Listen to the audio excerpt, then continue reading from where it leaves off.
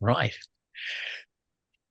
When you consider all the lessons we received in school, from modern and ancient history to sciences of biology, chemistry, and physics, and the various languages we were often told we had to learn, where was the lesson on parenting? Parenting is arguably one of the most important skills all of us require in life. The future of our civilization relies on a parent's ability to raise their children in a way which enables them to thrive and succeed whilst feeling valued for who they are. Why then is parenting so hard at times? On this week's episode of the HappierMe podcast, I'm going to put that question to my good friend, Dr. Manoj Krishna. And welcome, Manoj. And let's dive straight into today's topic and ask, why is parenting so hard at times? Steve, thank you. Always a pleasure to meet and do these podcasts, which illuminate different subjects. And I think this is probably our sixth or seventh now. So, according to UNICEF, 49% of parents feel overwhelmed. And that's a huge number. And of course, if you're a distressed parent, you're going to lead to distressed children. If you're a calm parent, you're going to have calm children. So therapists I speak to often tell me that whenever a parent comes in and says, "Oh, my child is anxious," there's always an anxious parent next to them. So 57% of parents with children under 18 reported being burnt out last year. So, and the reason is that we juggle multiple demands, don't we? There's Yeah. lack of sleep. That's a big one.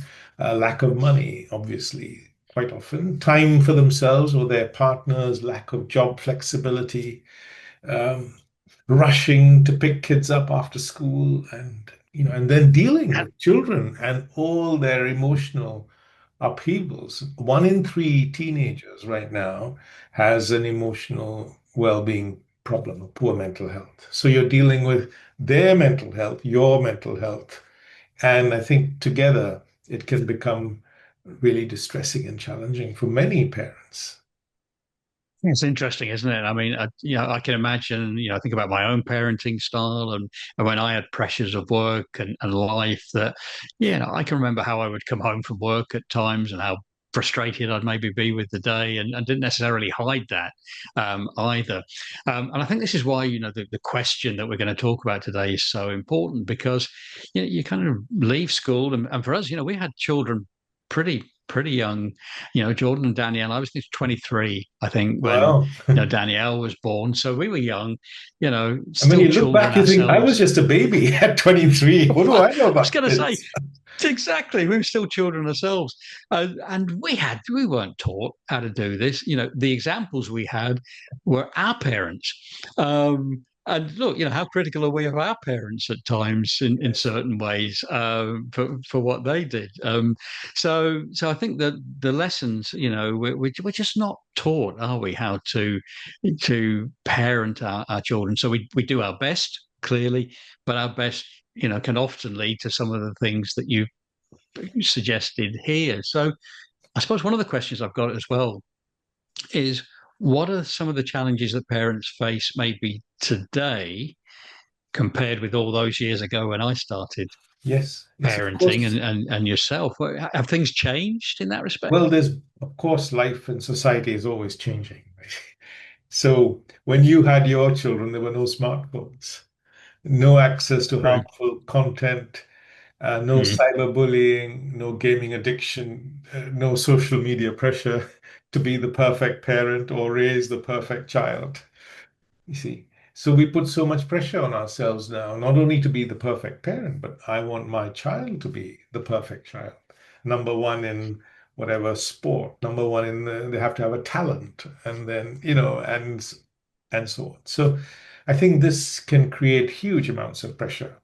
And of course, mental health issues are rising. There's rising rates of anxiety, depression, stress in teenagers, but also in among parents.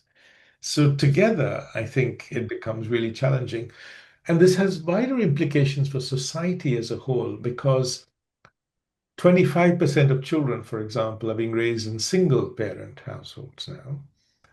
And you can imagine how difficult it is with two parents trying to raise a child, but with one parent, the challenges multiply. And so mental health Mhm. issues among single parents are much higher. And then this trickles into society as a whole, because in Britain, particularly, I think 70% of council funding goes on social care. And, all these issues become part of that mix. Well, there's a correlation, isn't there, but as well between some of the mental health issues you talk about, and then you talked about the introduction of smartphones, um, social media pressures, online bullying, online comparison that we see continually, and it's not just peer pressure amongst children, is it? It's peer pressure amongst adults as who's gone on the best holiday or who's bought the best car or Yes. whatever. We are kind of bombarded with these comparisons all the time. And I'm trying to think back to my early days of parenting. um I can't remember seeing anything like that. You might go to a school or you might go to an event and compare yourself possibly with somebody there, but then you go back home and probably not give that a second thought. But is it the fact we're kind of constantly surrounded by these comparisons and therefore the need to live up to all these Yeah, and I think we live in expectations an that's adding to the intensely problems? competitive society, right? There's an achievement culture. Mm. So not only do you ask the kids, what grades did you get, but then what grades did so and so and all your other friends get, you see? Or if someone says, I'm really pleased my son's gone to Oxford, then immediately you feel a pinch if your son's gone to Hull or whatever. Not that it matters in the long run, but at the time it feels really important, you see? By the way, not Yeah. saying anything about Hull, I'm sure it's a wonderful, No, no, and I've been there and I've delivered talks there. It is a great place, but it's interesting, isn't it? Because I think you could imagine amongst your friendship circle 20, 30 years ago, talking about a child within that friendship circle going to a university and making that comparison. But again, if I don't know what the average friendship is on Facebook these days for adults, but let's say it's at least 50 people well, no, potentially, it's if not 500, I more. think, on average. It's about 500. Wow. I used to be in social media training as well. I should know these stats, but all of a sudden, if you've got a number of those parents, or naturally you'll attract similar people to yourself in terms of the demographic, and you've got even 10% of those parents talking about which university their children are going to, then everything's amplified, isn't it? So these pressures and strains that we're feeling as parents, or parents are feeling today, they are going to cascade down Of to course. And of course, their it their leads to children. anxiety, right? Steve, Yeah, parental anxiety is a big one. And we're anxious about where our children are. Anything, the slightest thing happens and their moods gets rippled and we catastrophize. Oh, something really terrible is going to happen to them. Um, yeah, and yeah, immediately you yeah. jump from here straight to the end point. Oh, it's something, whatever it might be. So And also, talking of catastrophizing, just for a moment, yeah, I'm just thinking of, for a moment, I'm increasingly hearing, just some of the concerns young people have about climate anxiety and uncertainty of the future.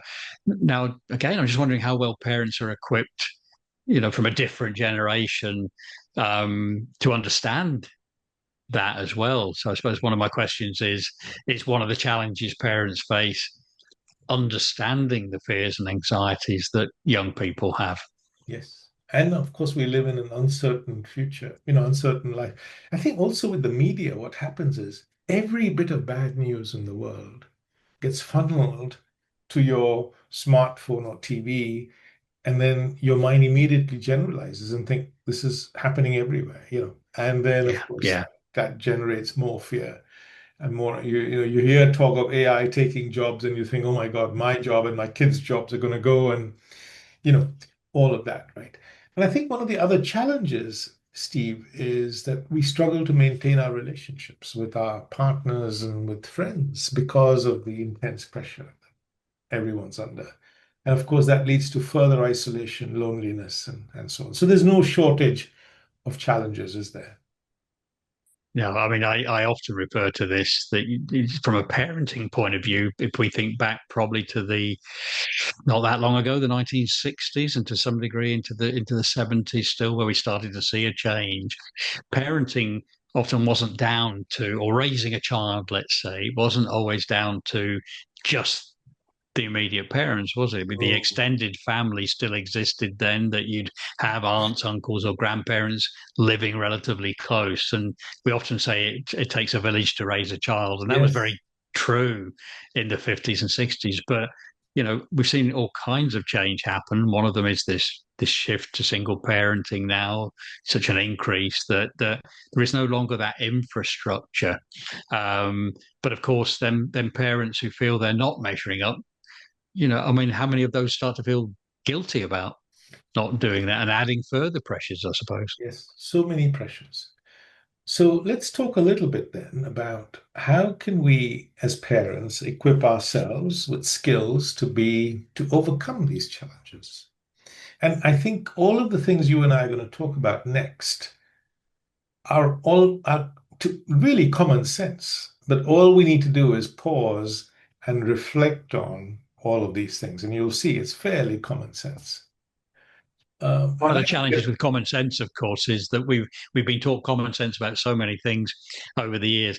If we only followed the common sense advice, then we'd probably be all in a much better place. So, I think this part's going to be really interesting, because it's one thing to recognize what we're going to talk about now, but to ask anyone listening to this podcast, are you actually doing these yeah. things? Are you actually applying them to your life as well? So the core thing I'd say is to question the life you live and to question your own thinking and question your assumptions, your beliefs that you bring to parenting, and just that ability to question what's happening starts bringing its own order to everything.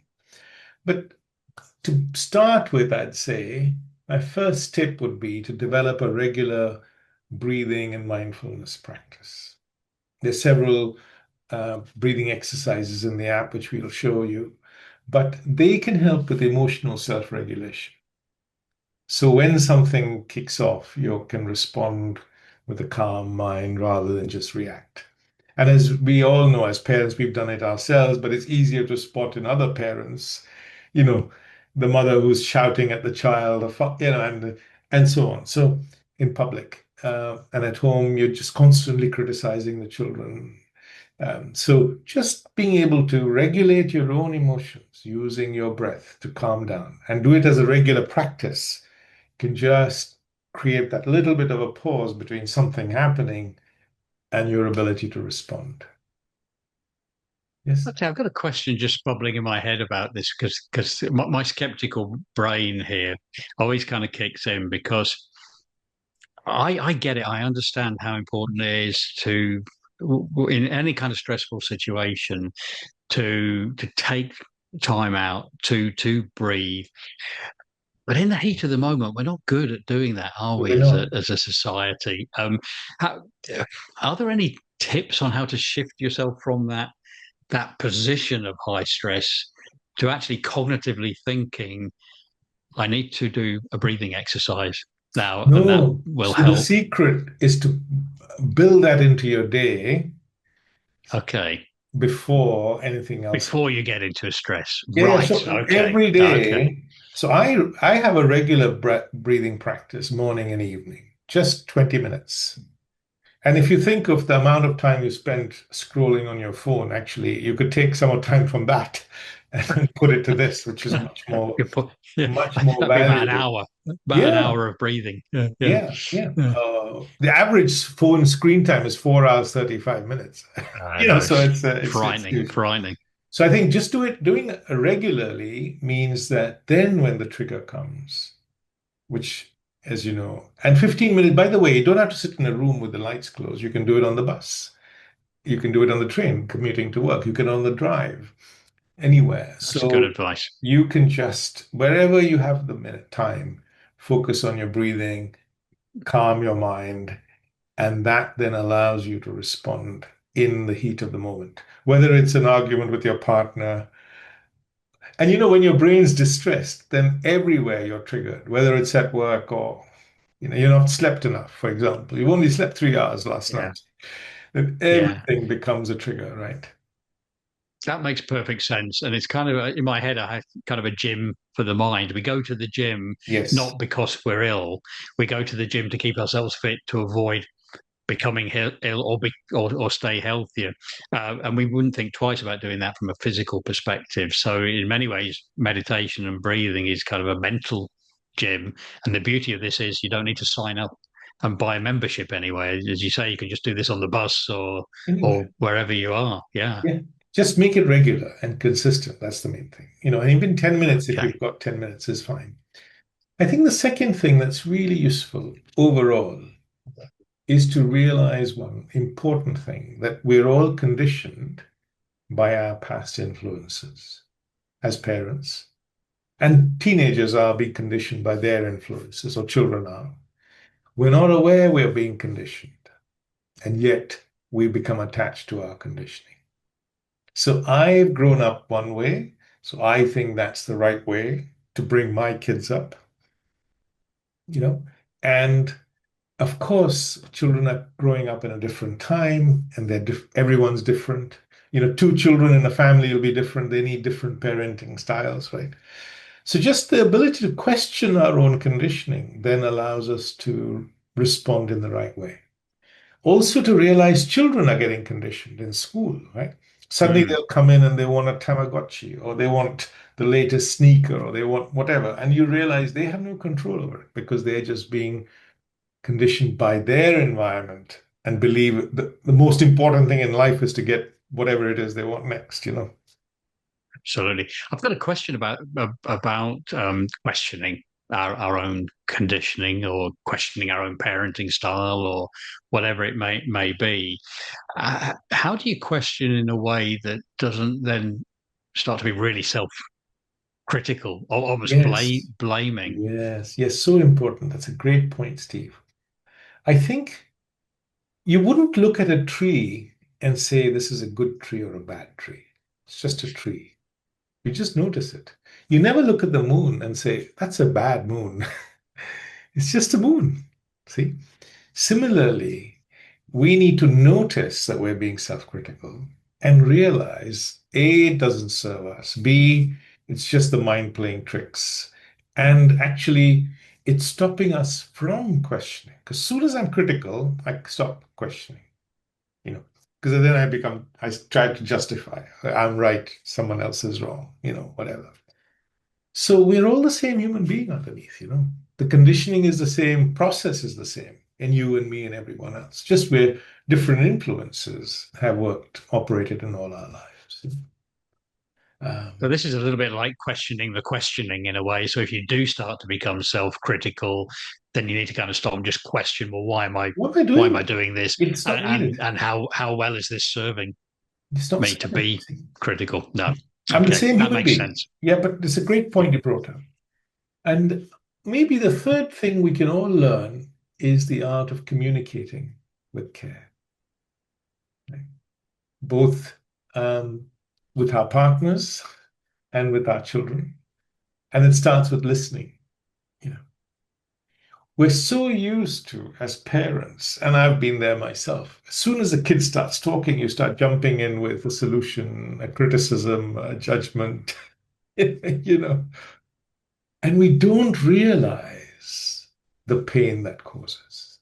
We're well meaning as parents, but we don't realize that in trying to fix things too quickly, we stop listening. And listening is a need that everybody has. I in my days of being a director of a leadership and management company, I learned a lot of things, and one of the things was to um, was around communication skills and listening, really what we would call active listening, and one of the things that I got to learn to understand was the importance of listening. Um, Without the intent to want to reply, uh, rather to listen with the intent on understanding. Because quite often, if you can see this in conversations, can't you? As somebody's talking, the other person is leaning forward, ready to respond or ask the next question, you just know they're not taking on board what's being said. So I think listening with the intent to understand is so important. Not easy, No, but no, no. And I've important. got two more tips on that. One is, as a practice, when someone is talking, let them finish. Let there be a 30-second pause, and then ask a question about what they've said. I'm I'm smiling here because in our relationship and our podcast, I've got very much more attuned now to waiting for you to finish a sentence because of your delivery, very calm and measured delivery. In the past, I've often leapt in just before you finish, and I give myself a good talking to afterwards, and try my best now to make sure as Manoj just finished there. Let's just give it a little, not 30 seconds because this would be a very long podcast Yeah, but if we whatever. did that. But it's a really valid point that you make. It's just, I'm still learning Well, we all that are. skill in our conversation. Yeah, It's all. And I think the second tip, Steve, is to ask yourself, what's the other person feeling? See, because behind the words being spoken is always an emotional state. So they might be talking about the weather or saying, I'm fine, you know. But if you're listening carefully, you listen also to the emotions behind what's being said. And then that gives you clues as to, hey, how do you respond next? Anyway, that's about communication and the benefits of that. What do you think? I mean, you've been a parent. What are the benefits of communicating with care? I suppose one of the things, particularly from a parenting point of view, something that I think a lot of parents, and I was certainly guilty of this, is avoiding too much criticism. We can be very quick to criticize our Yes. children, and if you're communicating with care, that suggests that it's your conversations are going to be much more supportive in terms of helping your child develop rather than criticizing them for what's done wrong. So I think that would certainly, communicating with care would reduce the level of criticism Yes. from a And parent to a child. the risk of that, Steve, is kids stop talking to you. They Mm. stop sharing what's really going on in their lives. And so many children haven't got that relationship with their parents. So parent again is well-meaning, but the kids are just not telling you what's going on in their lives because the way you communicate with them hurts them. And we Mm. don't realize we're hurting them. We wouldn't do it deliberately, of course, but we don't realize we're hurting them. We don't realize criticism or constant criticism hurts them. So if you do need to criticize, you need to balance it with positive stuff, say praising them, whatever it might be. Absolutely. And I suppose the other thing with criticism is sometimes criticism can be very generalized, such as you're always doing that, or Mm. why are you always doing that? Quite clearly, the child is not always doing that because that suggests the child's doing it 24 hours a day, every single day of the week, 365 days a year. So I think if you've got to be critical, I think it's really important to criticize the act or the behavior Yes, yes. and not the individual, but with balance as well, as you rightly say. Because if the child closes up, it's a complete opposite of what you want. Because if we're talking, going back to what you said about mental health, then on poor mental health on the rise and anxiety, surely we want to create a space where a child feels safe enough to be able to open up and talk to their parents or anyone about how they're feeling. So a lot of what we're talking about here is fundamental to that. Absolutely. And I think the next thing I'd say is there's nothing like perfection, is there, Steve? There's no perfect parent. There's no perfect child. There's no perfect tree in the world, right? The idea of perfection is the imperfection, if you know what I mean. So if we can let go of our ideas of what perfection is, not only will we be happier, our kids will be happier. And maybe then we won't compare them as much because from that idea of and that fear comes this idea of comparing. You're comparing one child with another, or children with their friends or peers. And again, that's hurtful in ways we don't realize. Yeah. Yeah, so it's measuring comparing ourselves with the outside world rather than comparing our parenting with what our child actually wants and needs. And we can only know that if we speak to our children and communicate to our children in a way that allows them to feel safe and not judged and listened to as well. Coming back to communicating with care, what you Yeah. said earlier on. Yeah, yeah. It sounds so simple, doesn't it, when we say it this way? But fundamentally, sometimes as parents, we need to stop and consider I um, think, this. yeah, and I think respecting children is so important. See, they will model all the behaviors you're exhibiting. If you say sorry, they'll learn how to do that. If you stay calm under pressure, they'll learn how to do that. If you're constantly critical, they'll learn how to do that. If your love for them is transactional, that's what they're going to learn. Right? If you do this, I love you. If you get the grades, if you behave, then you get, and so on. Or you get a present if you, and that makes love transactional. And that's what they learn. Well, here's a question, and I can hear people that are listening to this conversation right now asking the question, saying, well, "Okay, well, it's all right to respect our children and do everything that Manoj has just suggested, but what about boundaries? Well, there's got to be a certain set of Of boundaries in course. place. We can't just let children do or be whatever they Of course, want." that's important too. We need to have expectations of them. We need to set boundaries with. But it all needs to be done after thinking it through carefully. See, after consideration is what I'm saying. So you could say, for example, I mean, a common one in our home would be how much screen time. So one way would be, of course, when they're watching TV, you switch it off and you say you can't watch that anymore, and that's it. And or you can have a discussion and say, okay, guys, what do you think is reasonable amount of screen time? And surprisingly, their estimate would always be less than what you thought. And then you can say, all right, so if you go over, is it okay? I can mention that and we can stop there. You say, yeah, yeah.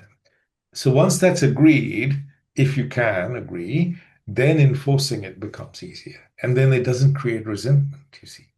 So the key, I think, is to preserve the quality of the love bond, let's call it that, between you and the kids. I think yeah, so important. I can see from a parent's perspective, that being a really easy conversation to have before there's any upset or rows. Just saying, look, we're aware of the challenges with screen time. You've seen it on the news, you've seen it on social media. What do you think our family rules should be, around screen time? What do you think's reasonable? What time should I be coming to you and say, look, time to put the phone down? That's not a difficult No, conversation that's to easy. have. It's much easier. What is difficult to have is that moment where you're getting really frustrated as a parent, thinking they're still on their phone, they should be off it. Right, I'm going to tell them now. And then there's a big row. The child throws the phone down, goes off, storming off to bed, and there's a big family row. That's difficult. Yes. The consequences of that are difficult. So yeah, it's going back to what we said in terms earlier on about being prepared, if you like, for these eventualities rather than waiting for them to happen. That makes a lot of sense, really.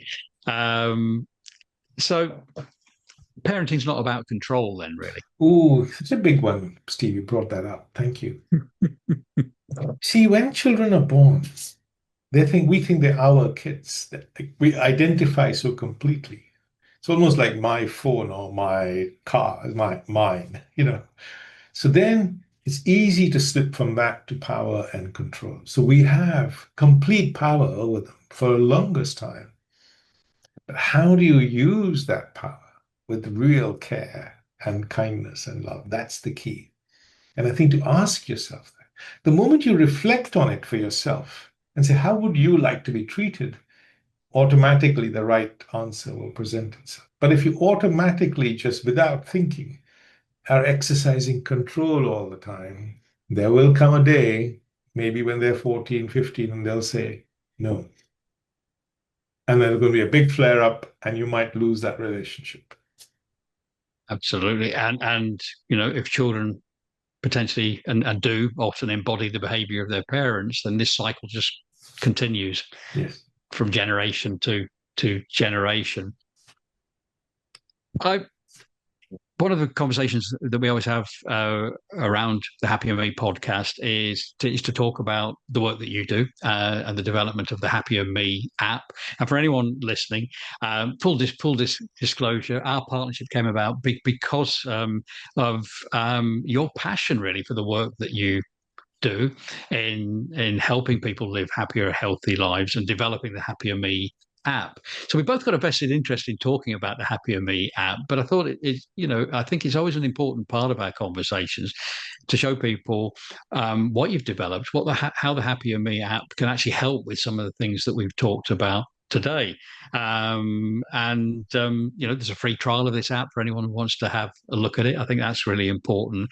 So I just wondered if, particularly for people watching this on YouTube, we'll be able to visually see what we're about to demonstrate. But for anyone listening, we'll talk through what we're seeing. But I thought it might be useful just for a few moments to show some of the resources on HappierMe, particularly for parenting.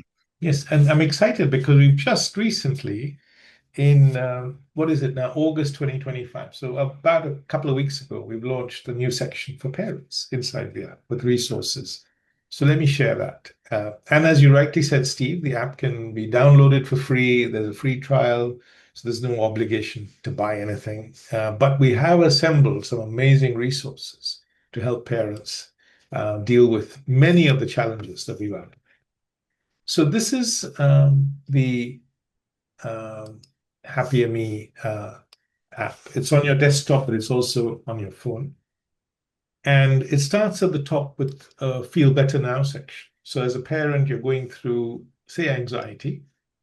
It'll offer you resources to deal with that in the short term. So breathing, meditation, mindfulness. And then it explores the subject of anxiety in much greater detail, so you can find long-term solutions to the problem, not just a quick fix. Now here there are 10 topics to explore, and we've just launched this new section called For Parents. So we've got a number of coaches in the app, and a lot of them are offering like 1 minute, bits of advice. This is John Lee. She's in Atlanta, in Georgia. And for example, this is Maria. She's in Portugal. High expectations on themselves, that we have to be perfect, we have to be the best parent in the world, and that is unrealistic. And when we do that, we also put pressure on our children that they also have to be perfect. So Maria is a mom of two, and she's also one of our coaches. So these are short bits of advice. We have a number of the real kind of good life, examples and real examples of that people could relate to. And I think just making a point, Manoj, from earlier, we mentioned breathing exercises, and I think one of the things that reason why I was so excited about HappierMe is that it's not just an app for breathing exercises or solutions. It's actually for you to be able to look in depth and try and help you understand why certain behaviors are happening, and then what the solutions are, and that's why I particularly like the app. Yes, and so we have a number of podcasts, a library of past events. And so now you can see the guided programs. Here are all the breathing exercises we've talked about. There's 12 of them. You can pick which ones you like. But if you scroll down, for example, stress.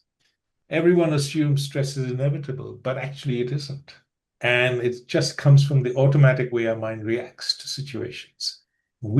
By learning about our own mind, we can take charge of it and understand, hey, I can be in charge of the way I react to things. So the challenge still is there and needs to be dealt with, but I can do that with a mind that's really calm. And it's not automatic. So plenty of resources here, and I'd encourage everyone to have a look. There's guided meditations and blogs and life stories and so on.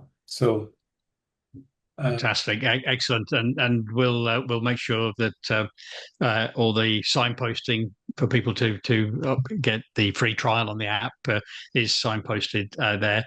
And look, and just in kind of wrapping up the conversation for today, and just to prove that we don't rehearse this as well, Manoj, I'm going to put you on the spot. If you had kind of your top three tips, given everything you've talked about today, for parents to kind of take away from today, what would those be? okay, I'd say the first thing is to be able to regulate your own emotions and mental health. If you can show up as calmly as you can as a parent, you'll have calm children. That's one. I think the second thing is the communication piece. Learn how to communicate with care, listen deeply, understand what children really need, what their emotions are, avoid too much criticism, all of that. And maybe the third one would be conditioning. Understand your own conditioning, their conditioning, and question. Not that it's wrong. To look at yourself without judgment. So, there's no perfect parent. Don't be self-critical. And no tree in the world is perfect. No parent is perfect. The idea of perfection is where the problem comes. See what I mean? Definitely. So the message as well is probably be more tree, Be more as tree. well. Be more tree. That's the message for today. But Manoj is always great advice, really useful advice. And for anyone listening and watching on YouTube, if you found today's podcast helpful, let us know. Just leave some comments on the social media posts or on YouTube or wherever you're listening to this. And if you'd like to receive details or access details about the HappierMe app, as well as other organizations and support available. We're going to include this on our social media platforms, but you can visit directly the app website, and that is the usual www.happierme, all one word, .app. But also on the Jordan Legacy website, if you go via the help and resources menu there, you'll see lots of help for different aspects of mental health and well-being, but also HappierMe features there as well. Manoj, as always, thank you for today's conversation. Thank you to everyone who's joined us today. And you were counting earlier. I think this is episode 6. So we'll be back next month for episode 7 of HappierMe and a brand new topic to discuss then. For now, Manoj, thank you very much.